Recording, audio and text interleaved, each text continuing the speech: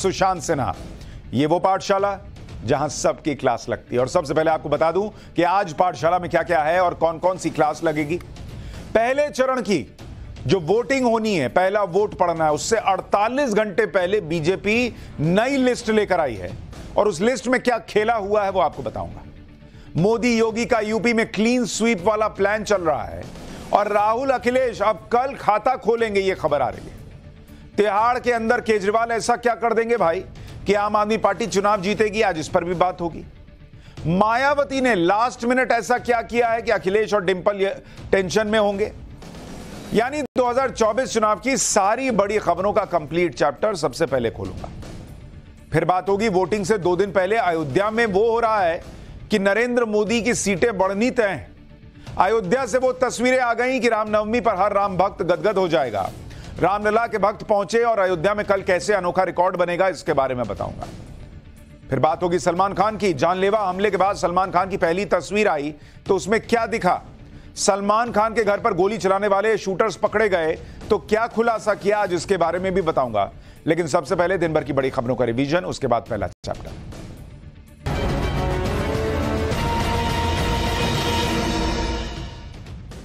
पहले दौर की वोटिंग से पहले कांग्रेस नेता रणदीप सुरजेवाला को चुनाव आयोग से बड़ा झटका लगा है। चुनाव आयोग ने सुरजेवाला पर 48 घंटे तक प्रचार करने पर ही रोक लगा दी। रणदीप सुरजेवाला ने मथुरा से बीजेपी कैंडिडेट हेमा मालिनी पर विवादित टिप्पणी की थी, जिसके बाद सुरजेवाला पर एक्शन लिया गया है। सुप्रीम कोर्ट में आज पतंजलि के विज्ञापन के मामले में बाबा रामदेव के माफीनामे पर सुनवाई हुई। बाबा रामदेव और आचार्य बालकृष्ण भी सुनवाई के दौरान सुप्रीम कोर्ट में मौजूद रहे। बाबा रामदेव ने सुप्रीम कोर्ट में फिर माफी मांगी और कहा कि आगे से ऐसी कोई गलती नहीं करेंगे। हालांकि सुनवाई के बाद सुप्रीम कोर्ट ने साफ कर दिया कि पतंजलि की माफी अभी स्वीकार नहीं की गई है।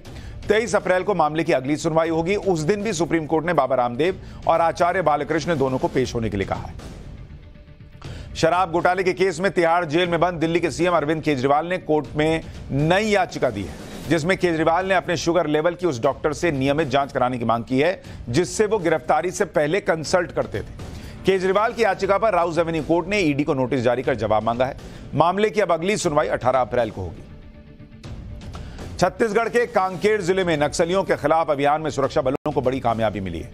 कांकेर में हुई मुठभेड़ में सुरक्षा बलों ने 29 नक्सलियों को मार गिराया है। मारे गए नक्सलियों को के पास से भारी संख्या में AK-47 और इंसास राइफल जैसे घातक हथियार मिले। इस मुठभेड़ में नक्सलियों के 2 टॉप कमांडर भी मारे गए, जिन पर 25-25 लाख का इनाम घोषित किया गया था। जम्मू कश्मीर के श्रीनगर में झेलम में नदी में एक नाव पलट गई। इस हादसे में 6 लोगों की नदी में डूबने से मौत हो गई। रेस्क्यू किए गए 3 लोगों की हालत गंभीर बताई जा रही है। बताया जा रहा है कि हादसे के वक्त नाव में कुल 20 लोग सवार थे। एनडीआरएफ और एसडीआरएफ की टीम लापता लोगों की तलाश में जुटी हुई है। तो ये हो गया दिन भर का रिवीजन। अब पाठशाला की पहली क्लास। पहले चरण की वोटिंग में 48 घंटे बचे हैं और उससे पहले बीजेपी नई लिस्ट लेकर आई है और उसमें क्या खेला हुआ ये बताऊंगा। मोदी योगी का यूपी में क्लीन स्वीप वाला प्लान। राहुल अखिलेश अब कल खाता खोलेंगे। तिहाड़ के अंदर केजरीवाल ऐसा क्या करने वाले हैं कि आम आदमी पार्टी चुनाव जीतेगी। और यह भी बताऊंगा कि मायावती ने लास्ट मिनट ऐसा क्या किया है कि अखिलेश और डिंपल टेंशन में होंगे।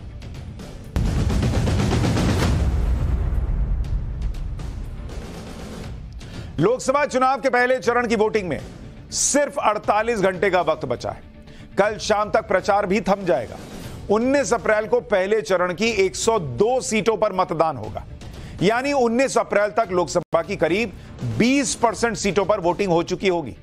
1/4 चुनाव निकल जाएगा बॉस, पहले ही दिन। लेकिन इंडी गठबंधन की नींद अभी तक टूटी ही नहीं है।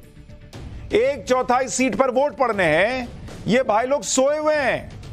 2 दिन बाद वोटिंग है, लेकिन चुनाव में इंडी गठबंधन का हाल यह है कि अभी तक वोटिंग से ठीक पहले ना तो इंडी गठबंधन की कोई बड़ी ज्वाइंट रैली हुई है और आगे भी ज्वाइंट रैलियां कितनी होंगी भी या नहीं होंगी, इसका भी कोई प्लान क्लियर नहीं है। इसी तरह मैनिफेस्टो के मुद्दे पर भी इंडी गठबंधन बिखरा हुआ है। जब गठबंधन बना था तो कॉमन मिनिमम प्रोग्राम की बात कही गई थी, लेकिन जैसे चुनाव प्रचार में सब अपनी अपनी गाड़ी हाँक रहे हैं, वैसे ही मैनिफेस्टो के मोर्चे पर भी इंडी गठबंधन में कई तरह की वैरायटी है। हर कोई अपना अपना मैनिफेस्टो बनाकर उतरा हुआ है। कोई एक मैनिफेस्टो नहीं है इस गठबंधन का। ऐसे ही चुनाव जीतने पर इंडी गठबंधन का नेता कौन होगा, इस पर भी कोई तस्वीर साफ नहीं है। यानी कुल मिलाकर इंडी गठबंधन का हाल, इसमें शामिल पार्टियों को खुद ही यह भरोसा नहीं है कि उनका गठबंधन चुनाव जीत जाएगा, इसलिए ये ना तो कोई ज्वाइंट रैली कर रहे हैं, ना ज्वाइंट मैनिफेस्टो लोड कर पा रहे हैं, मतलब कुछ भी नहीं हो पा रहा। मतलब इन्होंने कहा कि हम नरेंद्र मोदी को टॉप नहीं आने देंगे, हम कंबाइंड स्टडी करेंगे। और पहला पेपर परसों है, ये अभी कौन सी किताब लाएगा, कौन सा सब्जेक्ट पढ़ना है, मिलकर कहां पढ़ना है और कौन सा सब्जेक्ट पढ़ना है, ये अभी यही नहीं तय कर पा रहे। और इनको एग्जाम में टॉप करना है। इनका हाल ये कि देखेंगे, जीत गए तो देखेंगे, सब कर लेंगे। 19 अप्रैल को पहले चरण में यूपी में भी वोटिंग है। सबसे ज्यादा सीटें होने की वजह से भी यूपी का वेटेज सबसे ज्यादा है। पहले चरण में पश्चिमी यूपी की 8 सीटों पर मतदान है। पश्चिमी यूपी वो इलाका है जहां 2019 में बीजेपी को कुछ नुकसान झेलना पड़ा था, इसलिए पहले चरण में अखिलेश यादव और राहुल गांधी के पास पश्चिमी यूपी में पूरा जोर लगाने का मौका था भाई, जिससे इंडी गठबंधन ने गवा दिया। और अब जब गाड़ी स्टेशन से छूटने वाली है तो ये लोग सामान पैक करना शुरू किए हैं। अब जाकर इनकी नींद टूटी है। खबर है कि कल गाजियाबाद में राहुल गांधी और अखिलेश यादव साझा प्रेस कॉन्फ्रेंस करेंगे।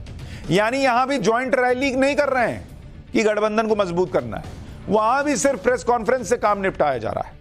गाजियाबाद सीट कांग्रेस के कोटे में है और इस सीट पर 26 अप्रैल को मतदान होगा। यानी 19 अप्रैल की जिन 8 सीटों पर वोटिंग होगी उसमें इंडी गठबंधन का कोई साझा प्रचार तक नहीं दिखने वाला। यूपी में तो कांग्रेस का हाल यह है कि अभी तक राहुल गांधी, प्रियंका वाड्रा, मल्लिकार्जुन खड़गे जैसे नेता ठीक से प्रचार में उतरे तक नहीं है। पहले चरण में यूपी की सहारनपुर, कैराना, मुजफ्फरनगर, बिजनौर, नगीना, मुरादाबाद, रामपुर और पीलीभीत पर वोट डाले जाने हैं। इसमें से सिर्फ सहारनपुर सीट ऐसी है जो कांग्रेस के कोटे की है। इस सीट पर कांग्रेस अपने स्टार प्रचारकों को अभी तक उतार भी नहीं पाई है और कल कैंपेनिंग खत्म हो जाएगी पहले चरण की। कल प्रचार के आखिरी दिन कहा जा रहा है कि प्रियंका वाड्रा यहां रोड शो करेंगे। मतलब पढ़ाई लिखाई कुछ है नहीं, और उसके बाद जब फेल होंगे तो कहेंगे कि टीचर ही गलत पेपर चेक करता है, ये सेटिंग किए हुए टॉपर से। अरे बॉस, अपना भी तो हाल देखो। यूपी में इंडी गठबंधन और एनडीए के प्रचार का हाल यह है कि आप देखिए इनकी हालत क्या है। जिस इंडी गठबंधन की बात हो रही है, इंडी गठबंधन, ये आप देखिए कि यूपी में इतना बड़ा राज्य है, 80 सीट है। इनकी ज्वाइंट रैली अभी तक कितनी की है यूपी के अंदर? 0 बॉस, 0 अंडा। एनडीए ने कितनी ज्वाइंट रैली कर ली है ये आपको इंडी का बताया, ये एनडीए का बता रहा हूं। एनडीए ने 2 ज्वाइंट रैली कर भी ली। और ये इनका हाल सिर्फ यूपी में नहीं है। अगर आपको दूसरे राज्य का बताऊं, जैसे बिहार का बताऊं कि बिहार में क्या हाल है। बिहार में इंडी गठबंधन का प्रचार, यहां पर इंडी की ज्वाइंट रैली, बिहार में भी ये लोग 0 ज्वाइंट रैली किए हैं, 0 मिलकर चुनाव लड़ रहे हैं भाई लोग। तेजस्वी राहुल की कोई ज्वाइंट रैली नहीं हुई। और एनडीए का प्रचार देखिए, एनडीए की ज्वाइंट रैली, ये लोग 4 ज्वाइंट रैली ऑलरेडी कर चुके हैं बिहार के अंदर। ये गठबंधन का तो हाल है। बस इनके गठबंधन में नरेंद्र मोदी को भर भर के जितना सुनाना है सुना लो, बाकी कुछ मत करो। इंडी गठबंधन के पास प्रचार का कोई प्लान नहीं दिख रहा। उधर पीएम मोदी ताबड़तोड़ प्रचार कर रहे हैं। आज ही पीएम मोदी ने बिहार के गया और पूर्णिया में एनडीए सहयोगियों के लिए प्रचार किया। बिहार की गया सीट पर पहले चरण में वोटिंग है। गया से एनडीए की तरफ से एचएएम यानी हम पार्टी के उम्मीदवार जीतन राम मांझी कैंडिडेट है। आज पीएम मोदी ने उनके लिए भी वोट मांगा। पूर्णिया में एनडीए से जेडीयू के उम्मीदवार संतोष कुशवाहा के लिए पीएम मोदी ने रैली की। यानी अपना बीजेपी का कैंडिडेट नहीं है, एनडीए का कैंडिडेट है, उसके लिए भी जाके वोट मांग रहे नरेंद्र मोदी। यहां ये लोग अपने ही कैंडिडेट के लिए उतर नहीं पा रहे। आज पीएम मोदी की गया की रैली में 2 दिलचस्प चीजें भी दिखी। एक तो पीएम मोदी के मंच पर पशुपति पारस दिखे, जिनके बारे में यह कहा जा रहा था कि एलजेपी कोटे की सारी सीटें चिराग पासवान को दिए जाने से नाराज हैं। उन्होंने एनडीए से अलग होने का संकेत भी दिया था, लेकिन बाद में वो मान गए और गया की रैली में पीएम मोदी के साथ मंच पर मौजूद दिखे। देखिए बैठे हुए बगल में ही, और एनडीए की एकजुटता का मैसेज दे दिया। मंच पर कुछ देर तक पीएम मोदी ने पशुपति पारस को अपने बगल में बिठाया, उनसे बातचीत की, उनका हाथ पकड़ा। ऐसा लग रहा था जैसे पीएम मोदी उन्हें आश्वासन दे रहे थे कि उन्हें वो भूले नहीं है, ना ही खुद से अलग किया है। इसी तरह गया की रैली में केंद्रीय मंत्री अश्विनी चौबे भी दिखे। बक्सर सीट से टिकट कटने की वजह से अश्विनी चौबे नाराज बताए जा रहे थे, लेकिन आज पीएम मोदी ने अश्विनी चौबे की नाराजगी भी दूर कर दी। पशुपति पारस से बात करने के बाद पीएम मोदी ने अश्विनी चौबे को अपने बगल में बिठाया और उनसे भी बातचीत की। टिकट कटने का जो दर्द अश्विनी चौबे के मन में था, उसे पीएम मोदी ने कम किया। तो यह होता है लीडर जो अपने गठबंधन के साथियों को एकजुट रख रहा है। यह नहीं कि है नाराज है तो छोड़ दो, है नहीं आ रहा है तो जाने दो, सबको समेटते चलो। उनके लिए ज्वाइंट रैली कर रहे हैं नरेंद्र मोदी, उनकी कोई नाराजगी है तो दूर कर रहे हैं नरेंद्र मोदी।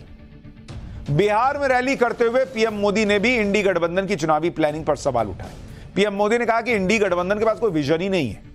एक बार पीएम को सुनिए, फिर बताऊंगा मैनिफेस्टो को लेकर भी इंडी गठबंधन में क्या उलझन है। गठबंधन अलायंस के पास न कोई विजन है, न कोई विश्वास है। ये लोग जब वोट मांगने जाते हैं तो भी नीतीश जी के कामों पर वोट मांगते हैं। ये लोग क्यों नीतीश जी के कामों का, केंद्र सरकार के कामों का क्रेडिट खाते हैं, वो पूरा बिहार जानता है। आरजेडी ने भी इतने वर्षों तक बिहार पर राज किया है, लेकिन इनकी हिम्मत नहीं है कि अपनी सरकारों ने क्या काम किए उसकी चर्चा कर ले। बिहार में जंगल राज का सबसे बड़ा चेहरा आरजेडी है। प्रचार का साझा प्लान बनाने में तो इंडी गठबंधन फेल दिख रहा है। कॉमन मैनिफेस्टो बनाने में भी इंडी गठबंधन का स्कोर 0 है। इंडी गठबंधन की हालत अभी यह है कि इसमें शामिल पार्टियां अपना अपना मैनिफेस्टो लेकर घूम रही हैं और कई मुद्दों पर गठबंधन के अंदर ही टकराव है, जैसे ओल्ड पेंशन स्कीम का मुद्दा। इस मुद्दे पर कांग्रेस और डीएमके साइलेंट हैं, तो वहीं Samajwadi party, RJD, CPM, CPI ने ओल्ड पेंशन स्कीम लागू करने का वादा किया है। तो भाई पहले मन तो बना लो कि करोगे क्या, आओगे तो। इसी तरह सरकारी जॉब का मुद्दा, कांग्रेस ने 30 लाख सरकारी जॉब का वादा कर दिया, आरजेडी ने 1 करोड़ सरकारी नौकरी का वादा कर दिया। ए भाई इतनी नौकरी कहां से लाओगे सरकारी? कोई 30 लाख कह रहा है, कोई 1 करोड़ कह रहा है, कोई 5-6 करोड़ भी कह दो। मनरेगा की मजदूरी, इसे बढ़ाने के मुद्दे पर कांग्रेस ने 400 रुपए प्रतिदिन का वादा किया। समाजवादी पार्टी कह रही है हम 450 दे देंगे, सीपीएम सीपीआई करेंगे ना हम 700 दे देंगे। भाई अब पब्लिक परेशान, 400 मिलेगा, 450 मिलेगा, 700 मिलेगा कि ठेंगा मिलेगा। इसी तरह जम्मू कश्मीर में अनुच्छेद 370 का मुद्दा देखिए, जिस पर इंडी गठबंधन की ज्यादातर पार्टियां साइलेंट हैं, लेकिन लेफ्ट पार्टियों ने अनुच्छेद 370 की पुनर्बहाली का वादा कर दिया है। यानी जितनी पार्टियां उतने वादे, और वो भी अलग अलग। यानी घर में ये लोग पार्टी देने की बात कर रहे हैं, लेकिन कौन क्या खाना पकाएगा यही नहीं पता। कोई कह रहा है बिरयानी पकेगी, कोई कह रहा है कि बिरयानी नहीं पकेगी बॉस, बिरयानी पकेगी तो डस्टबिन में जाएगी। अरे तय कर लो क्या खिलाओगे भाई, पहले बता तो दो। एकजुटता के नाम पर अभी तक इंडी गठबंधन सिर्फ 2 बार एक्टिव दिखा है, वो भी इस मजबूरी में कि गठबंधन के बड़े नेता भ्रष्टाचार के केस में जेल चले गए। जैसे दिल्ली में अरविंद केजरीवाल की गिरफ्तारी के खिलाफ इंडी गठबंधन की रैली हो चुकी है। इसी तरह झारखंड में हेमंत सोरेन की गिरफ्तारी के खिलाफ इंडी गठबंधन 21 अप्रैल को एक बड़ी रैली करेगा। यानी इंडी गठबंधन मजबूरियों पर चलने वाला गठबंधन बन गया है, जहां किसी की गिरफ्तारी ही सभी नेताओं को एक मंच पर लाती है। अब सोचिए, जब खुद इंडी गठबंधन के नेता ही अपने गठबंधन को इतने हल्के में ले रहे हैं, तो जमीन पे कार्यकर्ता कैसे भारी मन से भारी मानेगा इसको, गठबंधन की ताकत को? कार्यकर्ता कैसे एकजुट होंगे भाई? इंडी गठबंधन की पार्टियों की रणनीति देखकर ही माथा पीट लेंगे। जैसे आम आदमी पार्टी को देखिए, जो नेता जेल में है उन्हें भी आम आदमी पार्टी ने स्टार प्रचारक बना दिया है। गुजरात में चुनाव प्रचार के लिए आज आम आदमी पार्टी ने स्टार प्रचारकों की लिस्ट जारी की है। अब कमाल की बात सुनिए, आम आदमी पार्टी के स्टार प्रचारकों की लिस्ट में सबसे ऊपर अरविंद केजरीवाल का नाम है, जो इस वक्त तिहाड़ जेल में है और उनके जल्द बाहर आने की अभी कोई उम्मीद भी नहीं दिख रही। बॉस जेल में है, प्रचार कैसे करेंगे? जेल में कुछ करेंगे और आम आदमी पार्टी गुजरात में जीतेगी क्या? फिर भी पार्टी ने उनका नाम स्टार प्रचारकों की लिस्ट में रखा है। गुजरात में 7 मई को चुनाव है, हो सकता है कि गुजरात का चुनाव निकल जाए और अरविंद केजरीवाल का नाम सिर्फ कागजों पर ही लिखा रह जाए। कमाल की बात यह भी कि इस लिस्ट में मनीष सिसोदिया और सत्येंद्र जैन का भी नाम है। ये दोनों भी इस वक्त तिहाड़ जेल में बंद हैं। सबसे गजब की बात यह है कि 40 नामों वाली स्टार प्रचारक की लिस्ट में दूसरे नंबर पर अरविंद केजरीवाल की पत्नी सुनीता केजरीवाल का नाम है। यह पहली बार होगा कि सुनीता केजरीवाल पार्टी के किसी प्रत्याशी के लिए चुनाव प्रचार करेंगी। यानी पार्टी में नंबर 2 कौन है, अब यह कागज पर लिखकर आ गया है। सुनीता केजरीवाल नंबर 2 पर है। सुनीता केजरीवाल इस वक्त केजरीवाल के बाद पार्टी की सबसे बड़ी नेता बन गई हैं और दूसरे नेता सब पीछे रह गए, फिर चाहे वो संजय सिंह हो, आतिशी हो या कोई और ये वो लोग हैं जो परिवारवाद की राजनीति का विरोध करते हुए पॉलिटिक्स में आए थे और कहे थे सब बदल देंगे। स्टार प्रचारकों की लिस्ट में सुनीता केजरीवाल का नाम होने का एक संकेत यह भी है कि आम आदमी पार्टी चुनाव में केजरीवाल की गिरफ्तारी पर सिंपैथी वोट मांगेगी। आज ही आम आदमी पार्टी ने केजरीवाल के लिए हमदर्दी बटोरने का एक और दांव खेला और दावा किया कि जेल से अरविंद केजरीवाल ने संदेश भिजवाया है कि उनका नाम अरविंद केजरीवाल है और वो आतंकवादी नहीं है। यानी अरविंद केजरीवाल अब ये मैसेज देने की कोशिश कर रहे हैं कि जेल में उनसे आतंकवादियों जैसा बर्ताव हो रहा है। कल जेल से अरविंद केजरीवाल से मिलने के बाद यही बात भगवंत मान ने कही थी। आज गुजरात में प्रचार के दौरान भगवंत मान ने भी सिंपैथी कार्ड खेला और अरविंद केजरीवाल का जिक्र करते हुए वो भावुक हो गए। एक बार भगवंत मान जी को भी सुन लीजिए, फिर आगे की बात। यार ऐसे तो आतंकवादियों से भी बात होती होगी। क्या क्या गलत कर दिया उसने दिल्ली में अस्पताल बना दिए, ये गलती होगी उससे। उसने दिल्ली में सरकारी स्कूलों को अच्छा कर दिया, ये गलती होगी उससे। आतंकवादियों की तरह उसको ट्रीट कर रहे हो आप, हाथ जाएगा। सिटिंग मुख्यमंत्री है और मुलाकात ऐसे कराते हो जैसे किसी बहुत बड़े आतंकवादी के साथ मिलने आए हो कोई। मैं भी मुख्यमंत्री, वो भी मुख्यमंत्री।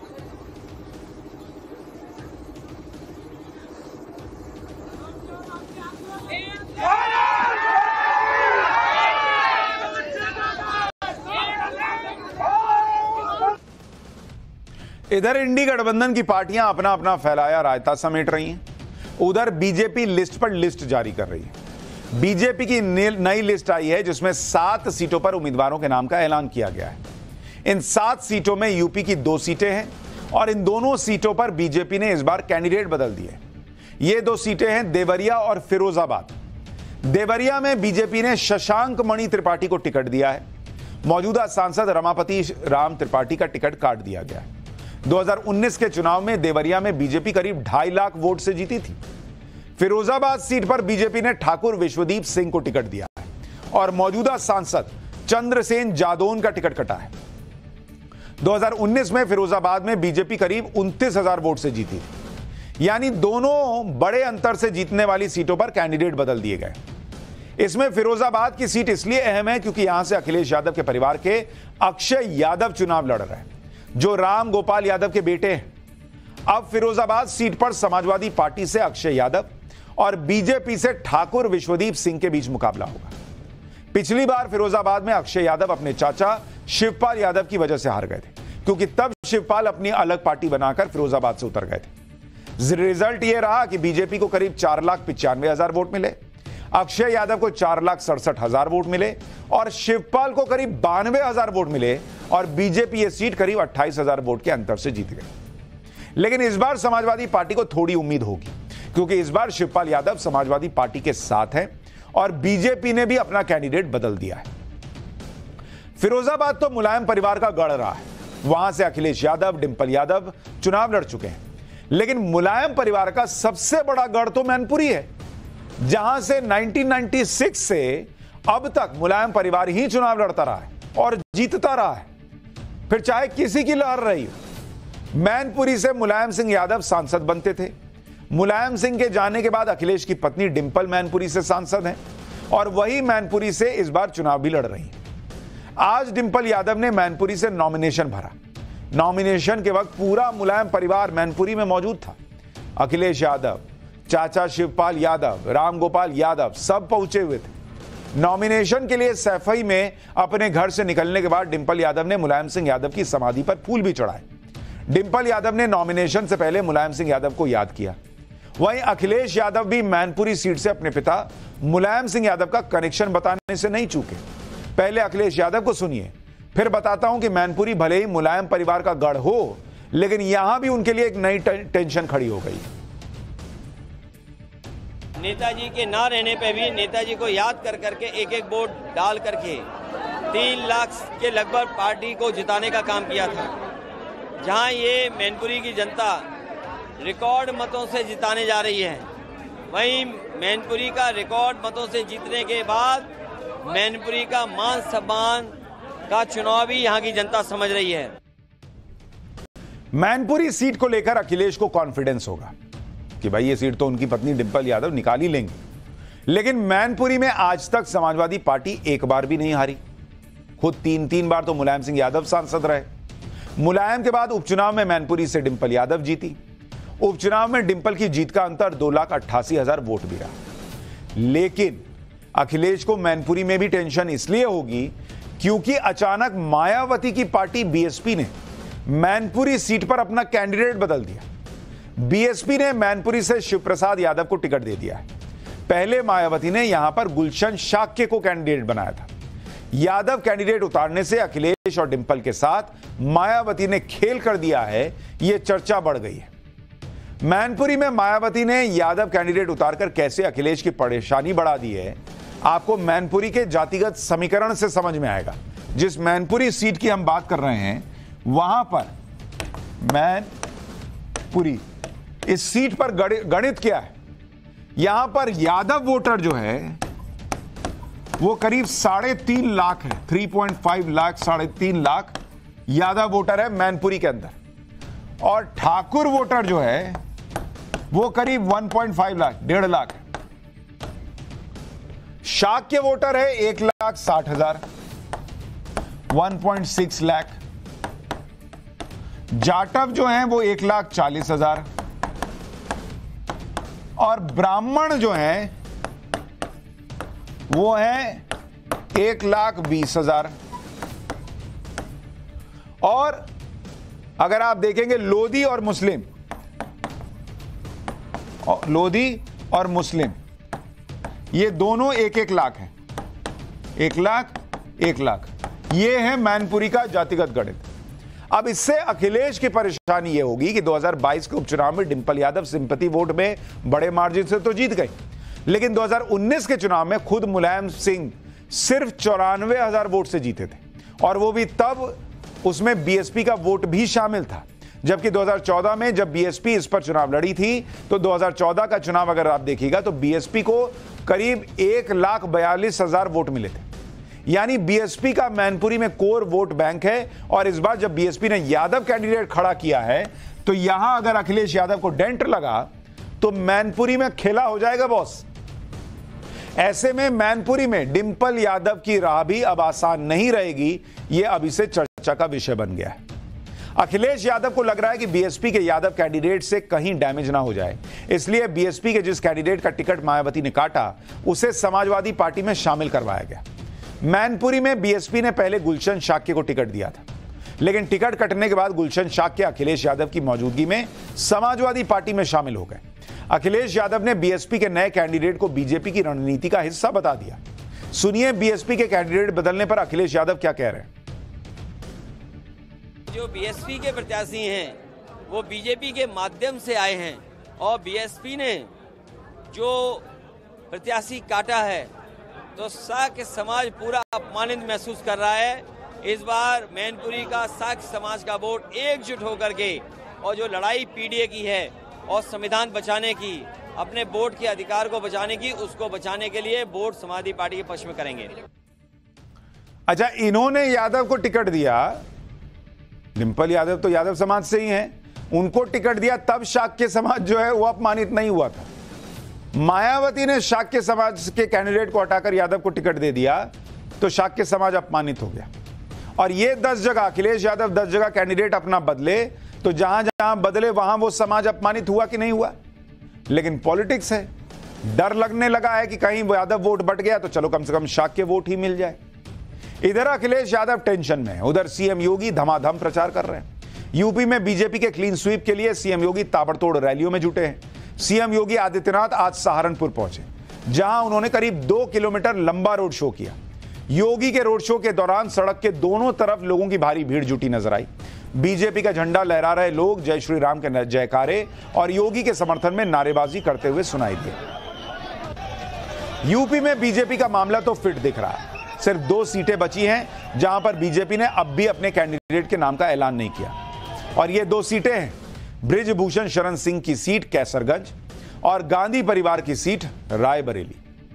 इन दोनों सीटों पर कैंडिडेट के नाम के ऐलान की इतनी देरी क्यों हो रही है, उसका कारण यही माना जा रहा है कि कैसरगंज में बृजभूषण को टिकट देने को लेकर देरी में ही पश्चिमी यूपी और हरियाणा के जाट फैक्टर को देखा जा रहा है। बीजेपी ये नहीं चाहती कि एक सीट की वजह से पूरे हरियाणा और पश्चिमी यूपी की सीटों पर असर पड़ जाए। इसीलिए बृजभूषण भले ही टिकट को लेकर आश्वस्त दिख रहे हैं, लेकिन बीजेपी ने अभी उनके टिकट को लटका कर रखा हुआ है। कैसरगंज में 5वें चरण में यानी 20 मई को वोटिंग है, इसलिए बीजेपी के पास अभी बहुत टाइम है। उधर रायबरेली में बीजेपी इस बात का इंतजार कर रही है कि गांधी परिवार का कोई सदस्य चुनाव में उतरता है या नहीं। सोनिया गांधी के बाद अब यह कहा जा रहा है कि प्रियंका वाड्रा रायबरेली से लड़ सकती हैं, लेकिन अभी तक कांग्रेस ने रायबरेली की सीट को होल्ड करके रखा है। माना जा रहा है कि कांग्रेस राहुल गांधी की सीट वायनाड में वोटिंग का इंतजार कर रही है। एक बार वायनाड में वोटिंग हो जाए तो फिर रायबरेली अमेठी दोनों सीट पर कैंडिडेट के नाम का ऐलान हो सकता है। वायनाड में दूसरे चरण में 26 अप्रैल को वोटिंग है, जबकि रायबरेली और अमेठी में 20 मई को 5वें चरण में वोट पड़ने। रायबरेली और अमेठी के बारे में कहा यही जा रहा है कि रायबरेली से प्रियंका और हो सकता है कि अमेठी से राहुल गांधी चुनाव लड़े, लेकिन अमेठी से टिकट की दावेदारी तो रॉबर्ट वाड्रा भी कर रहे हैं। रॉबर्ट वाड्रा इस वक्त फुल एक्टिव है और कह रहे हैं कि कहीं से भी उन्हें चुनाव बस लड़वा दो, अमेठी से लड़ा दो, मुरादाबाद से लड़ा दो, हरियाणा से लड़ा दो। एक बार रॉबर्ट वाड्रा को सुनिए। पूरे देश से पुकार आ रही है कि आप सक्रिय राजनीति में आइए, और ज़रूर अगर कांग्रेस को लगेगा कि मैं कुछ फर्क ला सकता हूं, या जो भी क्षेत्र में प्रगति की उनको लगेगा कि मैं कुछ फर्क ला सकता हूं या प्रगति वहां ला सकता हूं, तो ज़रूर मैं आऊँगा। पर ये नहीं है कि अमेठी से, मुरादाबाद से भी है और हरियाणा से भी अलग अलग लोग मेरी विनती कर रहे हैं कि मैं सक्रिय राजनीति में आऊँ और उनके क्षेत्र को चुनूं। रायबरेली, अमेठी, कैसरगंज के अलावा इस चुनाव की कई और सीटें हैं जिन पर सभी की नजर रहेगी, क्योंकि यहां मुकाबला परिवारों के बीच में। जैसे महाराष्ट्र की बारामती सीट, यहां से शरद पवार की बेटी और बहू आमने सामने है। शरद पवार की पार्टी से सुप्रिया सुले और अजीत पवार की पार्टी से अजीत पवार की पत्नी सुनेत्रा पवार चुनाव लड़ रही हैं, यानी आमने सामने की लड़ाई है। इसी तरह से पश्चिम बंगाल की बिष्णुपुर सीट, यहां से बीजेपी से सिटिंग सांसद सौमित्र खान चुनाव लड़ रहे हैं और टीएमसी ने सौमित्र खान के सामने सुजाता मंडल को चुनाव में उतारा है। सौमित्र खान और सुजाता मंडल पति पत्नी थे, बाद में उनका तलाक हो गया, तो यानी एक्स हस्बैंड और एक्स वाइफ यहां आमने सामने चुनाव लड़ रहे हैं। इसी तरह से हरियाणा की हिसार सीट है, जहां पर चौटाला परिवार के ससुर और बहू के बीच मुकाबला है। बीजेपी ने रणजीत चौटाला को चुनाव में उतारा है और जेजेपी ने अजय चौटाला की पत्नी नैना चौटाला को चुनाव में उतार दिया। रणजीत चौटाला अजय चौटाला के चाचा हैं। इस सीट पर आईएनएलडी से चौटाला परिवार की सुनैना चौटाला भी चुनाव लड़ रही है। आंध्र प्रदेश में कडप्पा सीट है, कटप्पा नहीं कडप्पा, जहां से कांग्रेस की वाईएस शर्मिला चुनाव लड़ रही। शर्मिला के सगे भाई जगनमोहन रेड्डी आंध्र प्रदेश के सीएम हैं और इस सीट पर जगनमोहन की पार्टी से जगनमोहन के चचेरे भाई वाईएस अविनाश रेड्डी चुनाव लड़ रहे हैं, यानी यहां मुकाबला भाई बहन के बीच है। पारिवारिक सीटों में एक सीट एमपी के गुना की भी है, जो सिंधिया परिवार का गढ़ रही है। आज इस सीट से ज्योतिरादित्य सिंधिया ने अपना नामांकन भरा। नामांकन से पहले ज्योतिरादित्य सिंधिया ने पूजा पाठ किया, उसके बाद रोड शो किया, जिसमें एमपी के मौजूदा सीएम मोहन यादव और पूर्व सीएम शिवराज सिंह चौहान शामिल हुए। ज्योतिरादित्य सिंधिया कई गाड़ियों के काफिले के साथ नामांकन भरने पहुंचे। समर्थकों ने बुलडोजर पर चढ़कर फूल बरसाए। ये देखिए, शॉट्स देखिए जरा, बुलडोजर से फूल बरसाए जा रहे हैं। गुना लोकसभा का गणित भी आपको बताता हूं, यह सीट सिंधिया परिवार का गढ़ रही है। 2019 में यहां से बीजेपी के कृष्णपाल सिंह यादव जीते थे और कांग्रेस से लड़ते हुए ज्योतिरादित्य सिंधिया 1,25,000 वोट के अंतर से हार गए थे। 2014 में ज्योतिरादित्य सिंधिया इसी सीट पर 1,20,000 वोट के अंतर से जीते थे। आजादी के बाद से गुना में हुए 19 लोकसभा चुनाव में से 14 में सिंधिया परिवार की ही जीत हुई है। चुनाव से जुड़ी इन बड़ी खबरों के बीच अयोध्या में कुछ ऐसा हो रहा है जिससे चुनावों का माहौल अलग हो जाएगा। पाठशाला में अब अगली क्लास। वोटिंग से 2 दिन पहले अयोध्या में ऐसा क्या हो रहा कि मोदी की सीटें बढ़ेंगी। अयोध्या से वो तस्वीरें आ गई कि रामनवमी पर हर राम भक्त गदगद हो जाएगा। रामलला के भक्त पहुंचे अयोध्या में। कल कौन सा अनोखा रिकॉर्ड बनेगा, अब इसका चैप्टर।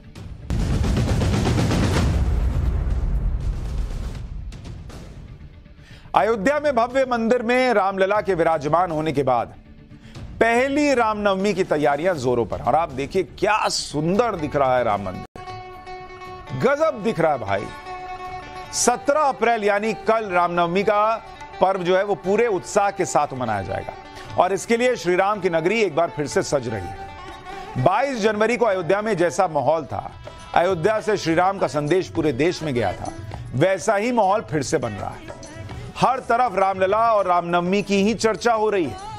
इसे संयोगी कहेंगे कि भारत में 2 बड़े पर्व एक दिन के अंतर पर मनाए जाएंगे। 17 अप्रैल को रामनवमी का पर्व धूमधाम से मनाया जाएगा और उसके एक दिन बाद ही लोकतंत्र का सबसे बड़ा पर्व शुरू होगा। 19 अप्रैल को पहले चरण का मतदान होगा, यानी एक दिन का गैप है बस दोनों के बीच। लोकतंत्र के पर्व की बात आगे करेंगे और यह भी बताएंगे कि राम मंदिर का चुनाव पर कितना असर पड़ेगा। लेकिन पहले रामनवमी और अयोध्या की बात। 22 जनवरी को प्राण प्रतिष्ठा के बाद अब फिर से अयोध्या एक बार फिर तैयार है। 500 सालों के इंतजार के बाद राम मंदिर बना और मंदिर में रामलला के विराजमान होने के बाद पहली रामनवमी है, तो यह दिन खास तो होना ही है। और इसके लिए अयोध्या में जो तैयारियां हैं उसकी एक एक डिटेल सुनिए। उससे पहले एक छोटी सी झलक देखिए जरा, क्या खूबसूरत राम मंदिर को सजाया गया है। मन गदगद हो जाएगा। फिर डिटेल बताता हूं। जिसे देखो वही भक्ति में डूबा हुआ दिख रहा है। देश के कोने कोने से भक्त इस खास मौके पर अयोध्या आ रहे हैं। मतलब ऐसा लग रहा है कि जैसे सारे रास्ते ना इस समय अयोध्या की तरफ ही जा रहे हैं। भक्तों में ऐसा गजब का उत्साह है कि उसे बता पाना मुश्किल है। अयोध्या की चमक, अयोध्या का विकास देखकर लोग चकित हैं। पुरानी अयोध्या का जैसे कायाकल्प हो गया है और नए भारत की नई अयोध्या पूरे आन बान शान के साथ दुनिया को श्री राम का संदेश दे रही है। एक बार सुनिए लोग क्या कह रहे हैं, फिर बताऊंगा कि अयोध्या में रामनवमी की शानदार तैयारियों में क्या क्या हुआ है और कैसे सूर्य तिलक की तैयारियां हो रही हैं। हम रोहतास जिला बिहार से चल करके अयोध्या नगरी में आए हैं। बहुत अच्छा लग रहा है, बहुत अच्छा लग रहा है। 500 साल के बाद आज ये दिन देखना मिल रहा है, तो मोदी की जय हो। दर्शन करने के लिए ठीक है ना, हम उनसे चरणों में गिरते हैं, उनसे हम मदद मांगते हैं, बराबर दिल में रखे हैं हम कि राम से हम भेंट करेंगे जरूर। हार्दिक इच्छा था कि भगवान राम का मंदिर बनेगा तो हम लोग एकदम पुनः एक बार फिर 32 बरस के बाद आए हैं भगवान राम के दर्शन करने के लिए। जय श्री राम। बहुत सुंदर है और बहुत अलौकिक है। बहुत आनंद हो रहा है और एक अद्भुत दर्शन दिखाई दे रहा है। लगता है। देखिए हम आपको बताएं कि नई अयोध्या और पुरानी अयोध्या में जमीन आसमान का फर्क है। फर्क की बात की जाए तो अयोध्या, आज की अयोध्या, ये मान के चला जाए विश्व में एक अलग स्थान रखती है। आज पूरा विश्व अयोध्या की तरफ देख रहा है। व्यापार तो यहाँ पे बहुत बढ़ गया है और सब लोग जो बेरोजगार थे वो वहाँ पे धंधा कर रहे हैं, अच्छी और पैसे भी अच्छे कमा रहे हैं। राम जी आए और सबको पैसे बहुत सारे अच्छे मिल गए। विकास तो बहुत बढ़ा, विकास की बात न करें, विकास तो बहुत बढ़ा, उसकी तुलना में विकास बहुत बढ़ा। अब आप खुद ही सोचिए, 2 दिन बाद वोटिंग होनी है और रामनवमी के पहले अचानक पूरे देश में रामलला की चर्चा, राम मंदिर की चर्चा, नरेंद्र मोदी की वजह से राम मंदिर बन गया इसकी चर्चा होने लगी है। विकास कैसे नरेंद्र मोदी ने अयोध्या में कर दिया इसकी चर्चा होने लगी है। तो चुनाव पे जब वोट डालने जाएगा आदमी तो असर तो पड़ेगा ना। रामनवमी पर अयोध्या को किस तरह से सजाया जा रहा है आप खुद देखिए। पूरी अयोध्या को 5000 किलो फूलों से सजाया जा रहा है। 200 लोग दिन रात इसी काम में लगे। राम मंदिर की सजावट बेहद शानदार तरीके से की जा रही है। गुलाब के फूल, गेंदा, चमेली, मोगरा जैसे कई किस्म के फूलों से राम मंदिर को त्रेता युग की तरह सजाया जा रहा है। 17 अप्रैल को राम मंदिर का वो रूप दिखेगा जो आपने पहले शायद ही देखा हो। रामनवमी के अवसर पर रामलला के लिए विशेष किस्म के लड्डू भेजे जा रहे हैं। इन लड्डुओं का भोग रामलला को लगाया जाएगा। मिर्जापुर से 1,11,111 किलो लड्डू को अयोध्या भेजा गया है। इन लड्डुओं को काशी और प्रयागराज के कारीगरों ने खास तौर पर रामनवमी के लिए ही बनाया है। रामनवमी पर रामलला को 56 भोग का भी अर्पण किया जाएगा। इसकी एक्सक्लूसिव तस्वीर आपको दिखा रहे हैं।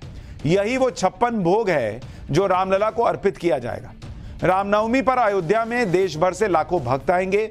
गर्मी के मौसम में भक्तों को परेशानी ना हो, इसके लिए अयोध्या की सड़कों पर कारपेट बिछाया गया है।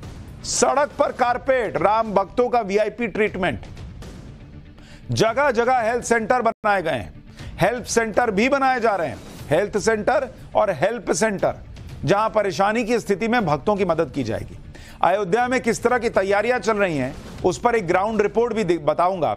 देखिए, फिर बताऊंगा कि रामनवमी पर अयोध्या आने से पहले आपको करना क्या है, यह भी जान लीजिए। सीधे मत पहुंच जाइएगा। अयोध्या में रामनवमी को खास बनाने के लिए पूरी अयोध्या को सजाया संवारा जा रहा है।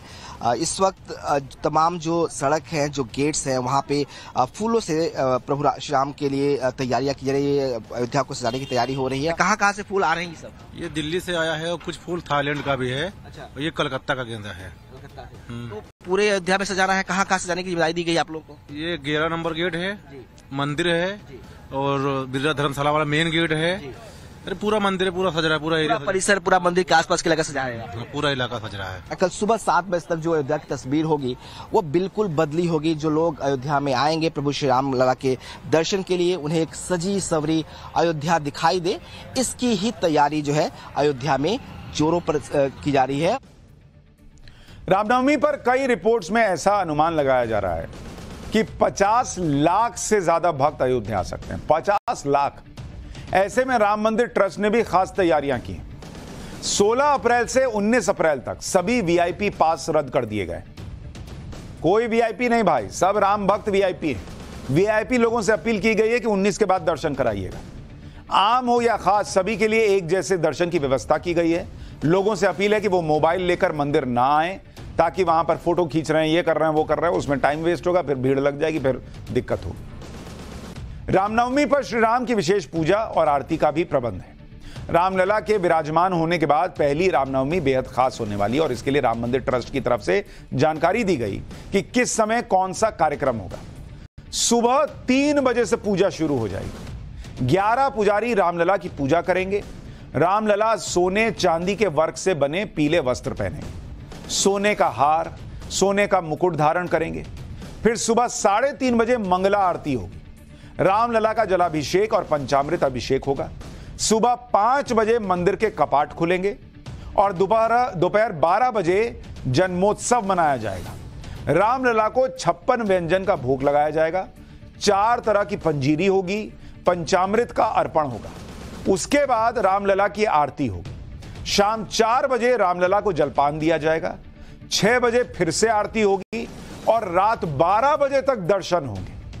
रामनवमी के अवसर पर रामलला के दर्शन का समय भी बढ़ाया गया है, जिससे इतने सारे जो भक्त आ रहे हैं वो सब दर्शन कर सकें।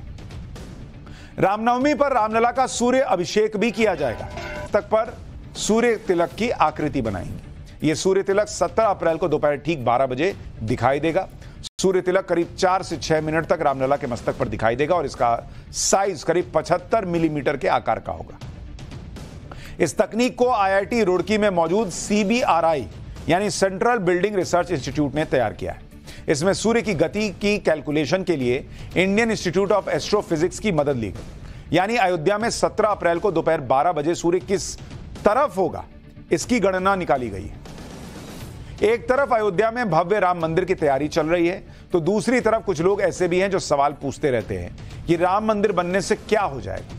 कई लोगों ने तो यह भी कहा कि राम मंदिर आने वाले भक्तों की संख्या कम हो रही है, यानी भगवान राम के नाम पर राजनीति अभी भी जारी है। राम मंदिर की प्राण प्रतिष्ठा हुए अभी 3 महीने भी नहीं हुए हैं और इतने कम समय में ही अयोध्या आने वाले भक्तों की संख्या दुनिया के सबसे बड़े तीर्थ स्थलों पर जाने वाले लोगों से भी ज्यादा। ईसाइयों के सबसे पवित्र तीर्थ स्थल वेटिकन सिटी में सालाना 90 लाख भक्त आते हैं। अयोध्या में 22 जनवरी से 10 मार्च तक 1 करोड़ भक्त दर्शन कर चुके हैं। यानी जनवरी से मार्च मुश्किल से 2 महीने के अंदर 1 करोड़ भक्त। अभी तो पूरा साल बचा हुआ है, मतलब वेटिकन सिटी और मक्का में सालों पहले इंफ्रास्ट्रक्चर डेवलप हो गया था, जबकि अयोध्या का कायाकल्प होना तो अब शुरू हुआ है। फिर अयोध्या आने वाले भक्तों की संख्या वेटिकन और मक्का जाने वालों से ज्यादा है। आने वाले समय में भक्तों की संख्या और बढ़ने की उम्मीद है। लोकसभा चुनाव के पहले चरण की वोटिंग से ठीक एक दिन पहले अयोध्या में रामनवमी की धूम से कई लोगों के पेट में दर्द भी होने लगा। रामनवमी पर शोभा यात्रा निकाली जाती है, उससे भी कुछ सरकारें सुरक्षा का हवाला देकर रोकने की कोशिश करती है। बंगाल में ऐसा ही कुछ देखने को मिला। बंगाल के हावड़ा में हर साल रामनवमी पर शोभा यात्रा निकलती है। इस बार पुलिस ने शोभा यात्रा निकालने की इजाजत नहीं दी। इस पर हिंदू संगठनों ने हाईकोर्ट में याचिका लगाई। हाईकोर्ट ने शोभा यात्रा निकालने की अनुमति दे दी। हाईकोर्ट ने कहा कि शोभा यात्रा में 200 से ज्यादा लोग ना हो। हाईकोर्ट ने कहा कि अगर सरकार 200 लोगों को भी नहीं संभाल सकती तो क्या ही कहा जाए। अगर सरकार के पास पर्याप्त पुलिस नहीं है तो केंद्रीय बलों से मदद ले सकते हैं। यानी हाईकोर्ट के कहने पर शोभा यात्रा निकलने के दिन आ गए। इसी मुद्दे पर आज बंगाल में चुनावी रैली के दौरान पीएम मोदी ने ममता सरकार को आड़े हाथ लिया। पीएम मोदी ने कहा कि ममता सरकार ने रामनवमी का उत्सव रोकने की पूरी कोशिश की, लेकिन आखिर में सत्य की जीत हुई। बंगाल में पूरी श्रद्धा के साथ शोभा यात्रा निकलेगी। सुनिए पीएम मोदी को, फिर बताऊंगा कि लोकसभा चुनाव पर राम मंदिर का कितना असर पड़ेगा। पहली रामनवमी है जब अयोध्या में भव्य राम मंदिर में राम लला विराजमान हो चुके हैं।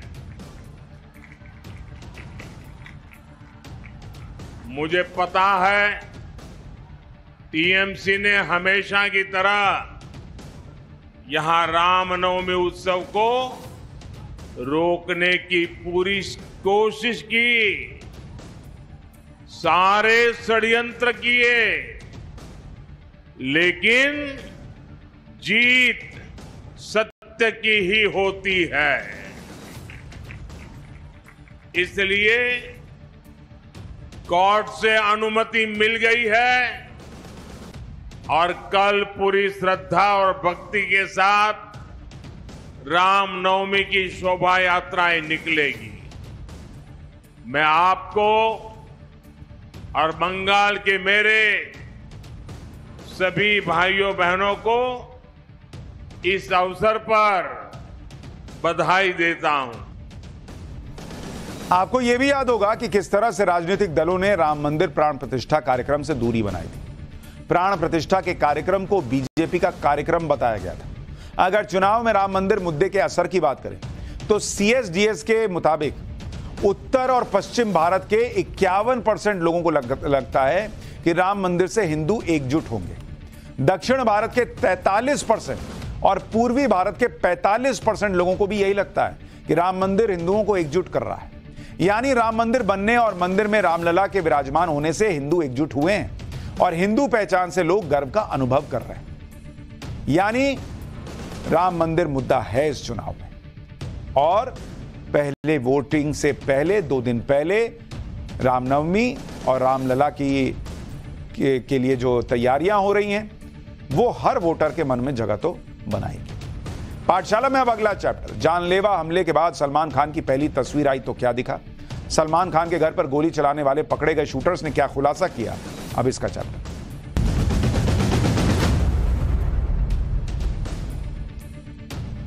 मुंबई में एक्टर सलमान खान के घर पर फायरिंग करने वाले दोनों शूटर्स को आखिरकार मुंबई पुलिस ने पकड़ लिया।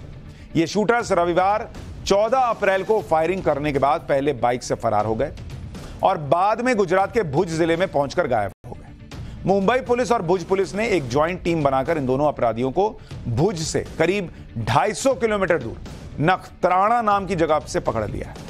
ये दोनों एक मंदिर के पास छुपे हुए थे। मुंबई पुलिस ने इन दोनों को कल देर रात 2 बजे अरेस्ट किया और आज सुबह फ्लाइट से इन्हें मुंबई लाया गया। मुंबई पुलिस ने आज दोनों आरोपियों को कोर्ट में पेश किया, जहां से उन्हें 25 अप्रैल तक पुलिस की कस्टडी में भेज दिया गया है। मुंबई पुलिस के पास इन आरोपियों के लिए सवालों की एक बहुत लंबी लिस्ट है। शुरुआती पूछताछ में इन आरोपियों ने कई राज खोले हैं, उसके बारे में भी आपको बताऊंगा, लेकिन उससे पहले दोनों शूटर्स के बारे में बता देता हूं। आरोपियों की पहचान बिहार के चंपारण के रहने वाले विक्की गुप्ता और सागर पाल के तौर पर हुई। इसमें काले रंग की शर्ट पहने विक्की की उम्र 24 साल और टी शर्ट पहने हुए सागर की उम्र 21 साल बताई गई। 14 अप्रैल को सलमान खान के घर पर फायरिंग के दौरान इन दोनों ने अलग कपड़े पहने हुए थे, लेकिन फरार होने के दौरान दोनों ने अपने कपड़े बदले ताकि पुलिस की पहचान से बच सके। जिस समय सलमान खान के घर पर फायरिंग की गई थी उस समय विक्की बाइक चला रहा था और पीछे बैठे सागर ने 5 राउंड फायरिंग की थी। विक्की गुप्ता और सागर पाल बिहार से काम की तलाश में गुरुग्राम आए थे और छोटे मोटे अपराध करने के बाद बिश्नोई गैंग के संपर्क में आ गए। इन दोनों ने पुलिस को जो बातें बताई हैं उससे जांच आगे बढ़ रही है। सलमान खान के घर पर गोलियां चलाने वाले इन शूटर्स के बारे में अब तक की जांच में पता चला है कि 1 मार्च को मुंबई आने के बाद ये दोनों सलमान खान के पनवेल वाले फार्म हाउस के पास एक कमरा किराए पर लेकर रह रहे थे। इस कमरे का किराया 3500 रुपए महीने था, लेकिन इन्होंने 10,000 रुपए एडवांस में दे दिया। इन दोनों ने सलमान के घर गैलेक्सी अपार्टमेंट की 5 बार रेकी की थी। इसमें घर के आसपास सुरक्षा और भागने का रूट फिक्स किया गया था। फायरिंग करने के बाद ये मुंबई से अहमदाबाद हाईवे से होते हुए भुज पहुंच गए। ये शूटर्स तो पकड़े गए, लेकिन इन शूटर्स ने जिस गन से फायरिंग की उसे अभी तक बरामद नहीं किया जा सका है। शूटर्स के मुताबिक मुंबई से भुज आते वक्त सूरत में पड़ी एक नदी में इन्होंने हथियार को फेंक दिया।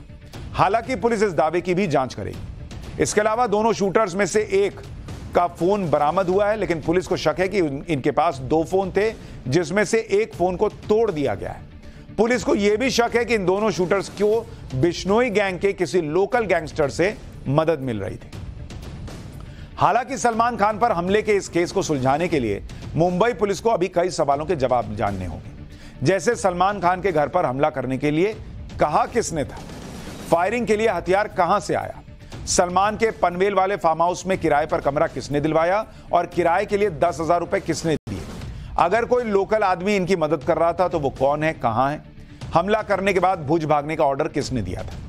अब जैसे जैसे पूछताछ आगे बढ़ेगी, जांच आगे बढ़ेगी, वैसे इन सवालों के जवाब भी सामने आ जाएंगे, क्योंकि पकड़ में तो दोनों आ ही गए। 14 अप्रैल को सलमान खान के घर पर हमला करने के बाद दोनों आरोपियों को लगा कि वो बड़े आराम से मुंबई से फरार हो गए, तय प्लान के मुताबिक गुजरात जाकर अंडरग्राउंड हो जाएंगे। लेकिन इनकी सारी प्लानिंग मुंबई पुलिस के सामने फेल हो गई। ऐसा कैसे हुआ यह भी आपको बताता हूं। दरअसल बांद्रा में सलमान के घर गैलेक्सी अपार्टमेंट पर हमला करने के बाद ये दोनों शूटर्स बांद्रा रेलवे स्टेशन पहुंचे, जहां से एक लोकल ट्रेन से सांता क्रूज रेलवे स्टेशन पर उतर गए। यहां पर एक सीसीटीवी कैमरे में इनकी पहचान हो गई। सांता क्रूज रेलवे स्टेशन से बाहर निकलते ही दोनों वसई हाईवे पर आ गए। हाईवे मुंबई से अहमदाबाद जाता है, जिस पर इनकी मुंबई में आखिरी लोकेशन के तौर पर पहचान हुई। दरअसल उन्होंने एक ऑटो वाले से वसई हाईवे का रास्ता पूछा था। Mumbai crime branch CCTV footage के जरिए आरोपियों को लगातार ट्रेस कर रही थी। इसके बाद मुंबई पुलिस ने गुजरात पुलिस से संपर्क किया कि लग रहा है ये लोग उधर गए हैं। शूटर्स की तस्वीरों को शेयर किया। 15 अप्रैल को देर रात भुज जिले की कच्छ पुलिस ने मुंबई क्राइम ब्रांच से संपर्क किया और दोनों आरोपियों की एक सीसीटीवी फोटो शेयर की। इस तस्वीर से दोनों शूटर्स की लोकेशन भुज जिले में फाइनल हो गई। इसके बाद इन दोनों शूटर्स को मुंबई और भुज पुलिस की टीम ने अरेस्ट कर लिया।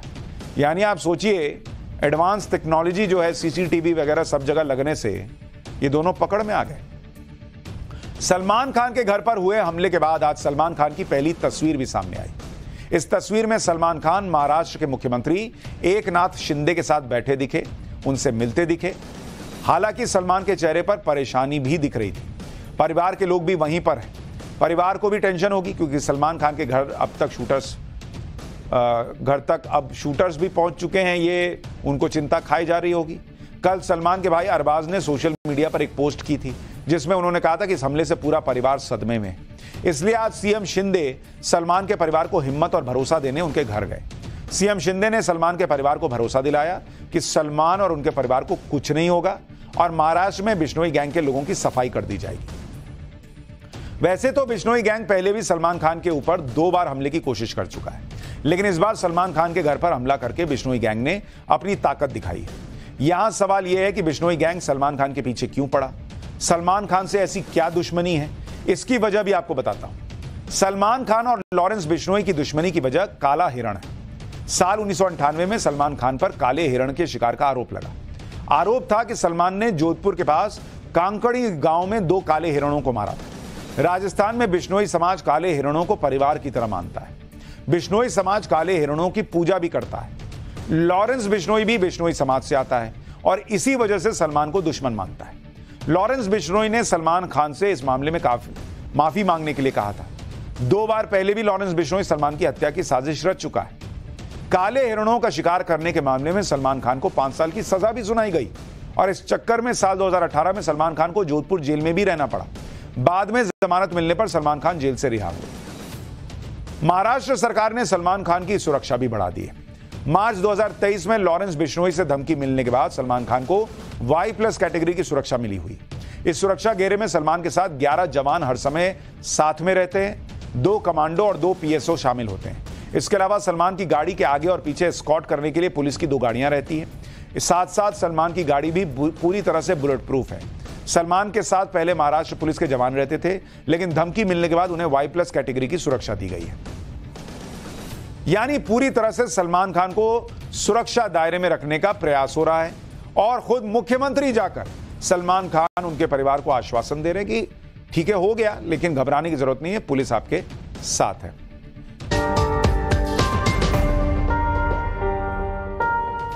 नमस्कार, मैं हूं सुशांत सिन्हा। इन्वेस्टमेंट की पाठशाला with HSBC mutual fund partnered by Times Now Navbharat में आपका स्वागत है। आपने अंग्रेजी की एक कहावत सुनी होगी कि don't put all your eggs in one basket. यह कहावत इन्वेस्टमेंट के मामले में एकदम सटीक बैठती है। आप पूछेंगे कैसे? आपको बताता हूं और दिखाता हूं। जब आप दोपहर या रात में खाना खाते हैं तो उसमें क्या क्या खाते हैं? रोटी खाते हैं, दाल, चावल, सब्जी, सलाद, मीठा, सब कुछ थोड़ा थोड़ा लेते हैं, यानी आप संतुलित भोजन करते हैं। ठीक उसी तरह इन्वेस्टमेंट के मामले में भी आपको सारी चीजें सही मात्रा में लेनी चाहिए। थोड़ी इक्विटी, थोड़ा डेट यानी फिक्स डिपॉजिट और बॉन्ड, थोड़ा रियल एस्टेट, थोड़ा गोल्ड, थोड़ी चांदी वगैरह वगैरह। अब इससे फायदा क्या होगा? जिस तरह एक संतुलित आहार आपके शरीर के लिए फायदेमंद है, उसी तरह एक बैलेंस्ड पोर्टफोलियो भी आपके लिए फाइनेंशियली फायदेमंद होता है। जैसे उदाहरण से समझिए, अगर 2008 में जब ग्लोबल फाइनेंशियल क्राइसिस हुआ, उस वक्त आपका पैसा इक्विटी, डेट, गोल्ड और सिल्वर में लगा होता तो इक्विटी में लगभग 50% की गिरावट आई, लेकिन डेट में 11% की ग्रोथ थी। गोल्ड तो 27% की रेट से बढ़ा।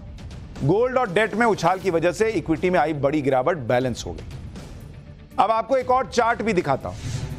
इस चार्ट में आप देखिए, ये जो आप चार्ट देख रहे हैं, इसमें जो ये लाल हिस्सा देख रहे हैं, इसका मतलब उन एसेट सेगमेंट से है जिनमें उस साल सबसे ज्यादा घाटा हुआ। और ग्रीन जो आप देख रहे हैं, ये ग्रीन वो सेगमेंट है और एसेट सेगमेंट है जिनमें सबसे ज्यादा ग्रोथ रही। तो मैंने आपको बताया 2008 में इक्विटी में 50% की गिरावट थी, लेकिन गोल्ड में 27% का फायदा हुआ। वहीं 2014 में चांदी में 16% की गिरावट हुई, लेकिन इक्विटी में 33% की ग्रोथ थी।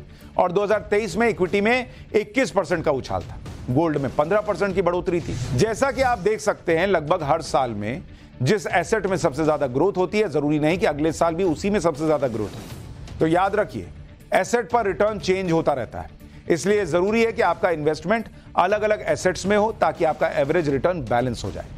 मल्टी एसेट फंड में इन्वेस्ट करके आप इन अलग अलग एसेट सेगमेंट से फायदा उठा सकते हैं, जो अलग अलग जगह में निवेश करेंगे और इस तरह आपके निवेश को संतुलित कर देंगे। आज के लिए इतना ही। इन्वेस्टमेंट की पाठशाला with HSBC mutual fund partnered by Times Now Navbharat को देखने के लिए बहुत धन्यवाद। नमस्कार।